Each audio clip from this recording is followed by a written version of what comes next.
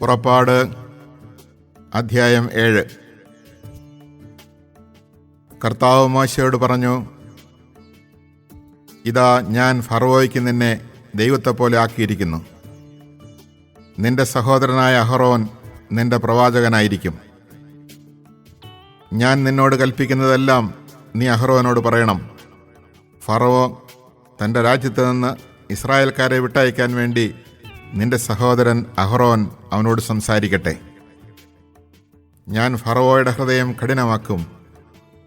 Egypt രാജ്യത്ത് വളരെയേറെ അടയാളങ്ങളും അത്ഭുതങ്ങളും പ്രവർത്തിക്കും. എങ്കിലും ഫറവോ നിങ്ങളുടെ വാക്ക് കേൾക്കുകയില്ല. എന്നാൽ ഞാൻ ഈജിപ്തിനെ കഠിനമായി ശിക്ഷിച്ച് എൻ്റെ സൈന്യവും ജനവുമായ ഇസ്രായേലിനെ ഈജിപ്തിൽ നിന്ന് പുറത്തു കൊണ്ടുവരും. ഞാൻ ഈജിപ്തിനെതിരെ കൈനീട്ടി ഇസ്രായേൽ മക്കളെ അവരുടെ ഇടയിൽ നിന്ന് മോചിപ്പിച്ചു കഴിയുമ്പോൾ ഞാനാണ് കർത്താവെന്ന് ഈജിപ്തുകാർ മനസ്സിലാക്കും. മോശയും അഹറോനും കർത്താവ് കൽപ്പിച്ചതുപോലെ പ്രവർത്തിച്ചു. അവർ ഫറവോയോട് സംസാരിക്കുമ്പോൾ മോശയ്ക്ക് 80 അഹറോന് 83 വയസ്സായിരുന്നു. കർത്താവ് മോശയോടും അഹറോനോടും പറഞ്ഞു, ഫറവോ നിങ്ങളോട് ഒരടയാളം ആവശ്യപ്പെടുന്ന പക്ഷം നീ അഹറോനോട് നിന്റെ വടിയെടുത്ത് ഫറവോയുടെ മുമ്പിലിടുക എന്ന് പറയണം. അത് സർപ്പമായി മാറും. മോശയും അഹറോനും ഫറവോയുടെ അടുത്ത് ചെന്ന് കർത്താവ് കൽപ്പിച്ചതുപോലെ പ്രവർത്തിച്ചു. അഹറോൻ വടി ഫറവോയുടെയും സേവകരുടെയും മുമ്പിൽ ഇട്ടു. അത് സർപ്പമായി. അപ്പോൾ ഫറവോ വിജ്ഞന്മാരെയും മന്ത്രവാദികളെയും വിളിച്ചു വരുത്തി. തങ്ങളുടെ മാന്ത്രിക വിദ്യയാൽ ഈജിപ്തിലെ മന്ത്രവാദികളും അപ്രകാരം ചെയ്തു. അവർ ഓരോരുത്തരും തങ്ങളുടെ വടികൾ നിലത്തിട്ടപ്പോൾ അവ സർപ്പങ്ങളായി മാറി. എന്നാൽ അഹറോന്റെ വടി അവരുടെ വടികളെ വിഴുങ്ങിക്കളഞ്ഞു. കർത്താവ് പറഞ്ഞതുപോലെ ഫറവോയുടെ ഹൃദയം കഠിനമായി. അവൻ അവരുടെ വാക്ക് കേട്ടില്ല. കർത്താവ് മോശയോട് പറഞ്ഞു, ഫറവോ കഠിനഹൃദയനായി തീർന്നിരിക്കുന്നു. അവൻ ജനത്തെ വിട്ടയക്കാൻ വിസമ്മതിക്കുന്നു. രാവിലെ നീ ഫറവോയുടെ അടുത്തേക്ക് പോവുക. അവൻ നദിയിലേക്ക് ഇറങ്ങി വരുമ്പോൾ നീ നദീതീരത്ത് അവനെ കാത്തു നിൽക്കണം. സർപ്പമായി മാറിയ വടിയും കയ്യിലെടുത്തുകൊള്ളുക. നീ അവനോട് പറയണം, ഹെബ്രായരുടെ ദൈവമായ കർത്താവ് എന്നെ നിന്റെ അടുത്തേക്ക് അയച്ചത് മരുഭൂമിയിൽ എന്നെ ആരാധിക്കാൻ എൻ്റെ ജനത്തെ അയക്കുക എന്ന് ആവശ്യപ്പെടാനാണ്. എന്നാൽ നീ ഇതുവരെ അത് അനുസരിച്ചില്ല.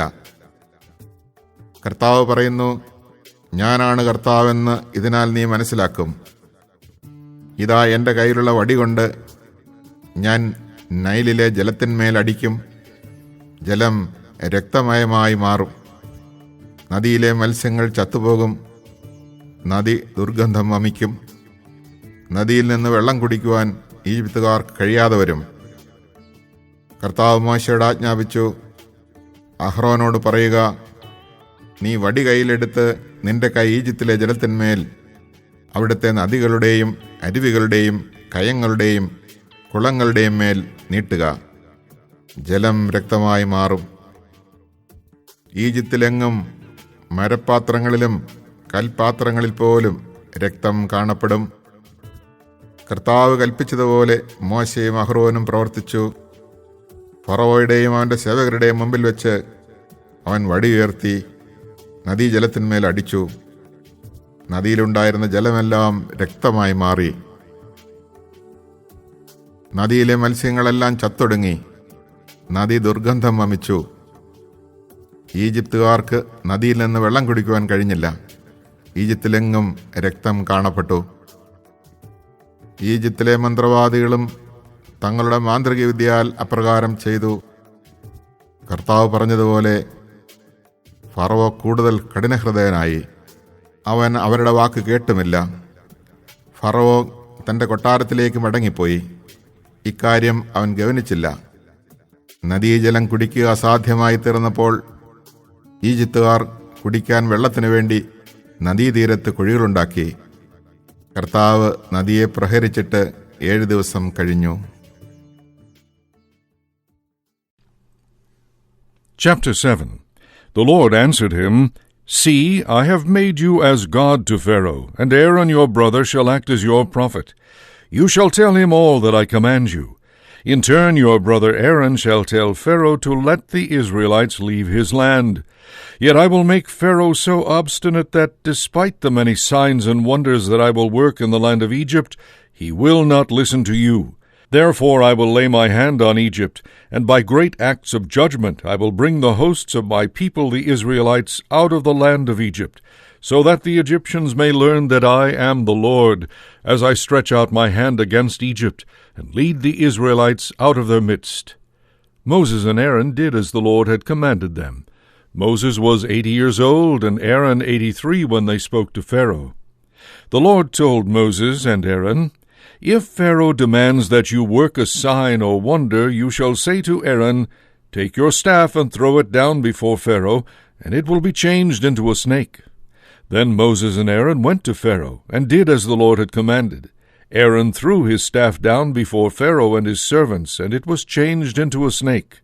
Pharaoh, in turn, summoned wise men and sorcerers, and they also, the magicians of Egypt, did likewise by their magic arts. Each one threw down his staff, and it was changed into a snake. But Aaron's staff swallowed their staffs. Pharaoh, however, was obstinate, and would not listen to them, just as the Lord had foretold. Then the Lord said to Moses, Pharaoh is obdurate in refusing to let the people go. Tomorrow morning, when he sets out for the water, go and present yourself by the river bank, holding in your hand the staff that turned into a serpent. Say to him, The Lord, the God of the Hebrews, sent me to you with a message, Let my people go to worship me in the desert. But as yet you have not listened. The Lord now says, This is how you shall know that I am the Lord. I will strike the water of the river with the staff I hold, and it shall be changed into blood. The fish in the river shall die, and the river itself shall become so polluted that the Egyptians will be unable to drink its water. The Lord then said to Moses, Say to Aaron, Take your staff and stretch out your hand over the waters of Egypt, their streams and canals and pools, all their supplies of water, that they may become blood. Throughout the land of Egypt there shall be blood, even in the wooden pails and stone jars. Moses and Aaron did as the Lord had commanded. Aaron raised his staff and struck the waters of the river in full view of Pharaoh and his servants, and all the water of the river was changed into blood. The fish in the river died, and the river itself became so polluted that the Egyptians could not drink its water. There was blood throughout the land of Egypt. But the Egyptian magicians did the same with their magic arts. So Pharaoh remained obstinate and would not listen to Moses and Aaron, just as the Lord had foretold. He turned away and went into his house, with no concern even for this. All the Egyptians had to dig in the neighborhood of the river for drinking water, since they could not drink the river water. 7 days passed after the Lord had struck the river. Then the Lord said to Moses, Go to Pharaoh and tell him, Thus says the Lord, Let my people go to worship me. If you refuse to let them go, I warn you, I will send a plague of frogs over all your territory. The river will teem with frogs. They will come up into your palace and into your bedroom and onto your bed, into the houses of your servants too and your subjects, even into your ovens and your kneading bowls. The frogs will swarm all over you and your subjects and your servants.